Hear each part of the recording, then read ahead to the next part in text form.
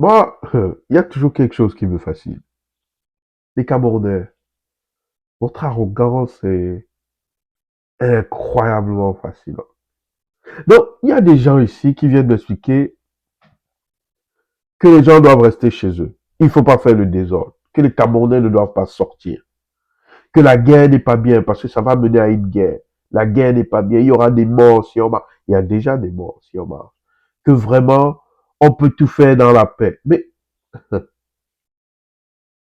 vous vous croyez meilleur que Dieu, en fait. Ceux qui vous disent ça, ils se croient meilleurs que Dieu. Ces Camerounais qui vous expliquent ça, là, ils estiment dans leur arrogance malsaine, hein, dans leur corps possédé, leur mentalité corrompue par le diable et l'égoïsme et le bien individuel, la jouissance individuelle, ils estiment qu'ils sont supérieurs à Dieu. C'est ce qu'ils estiment. Parce que si on réfléchit bien, face à la tyrannie, même Dieu, Allah, Jéhovah, Yahweh, appelez-le comme vous voulez, même Dieu a libéré son peuple par la force et dans le sang. Je dis, hein, face à la tyrannie, même Dieu a libéré son peuple par la force et dans le sang. Et vous, pseudo-camerounais qui avez le ventre plein, vous estimez que vous allez faire mieux que Dieu et libérer le peuple camerounais dans la paix. Si c'est pas la sorcellerie, si c'est pas la malchance, si c'est pas l'égoïsme du diable, vous n'êtes pas obligé de dire ça.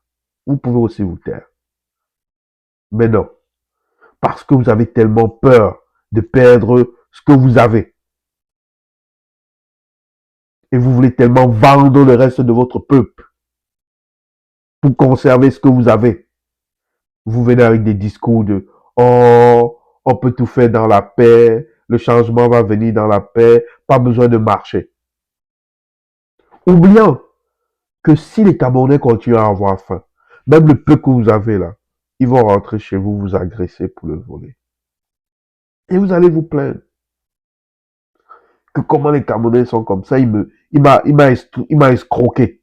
Et oh, les braqueurs, ils viennent me braquer. On sort, ils nous volent. Mais pourquoi ils vous volent?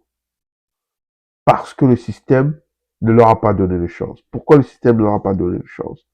À cause de votre inaction. Vous n'avez pas agi pour forcer le système à créer de meilleures opportunités, un meilleur environnement pour ces gens-là. Alors ils font ce que toute personne qui a faim ferait.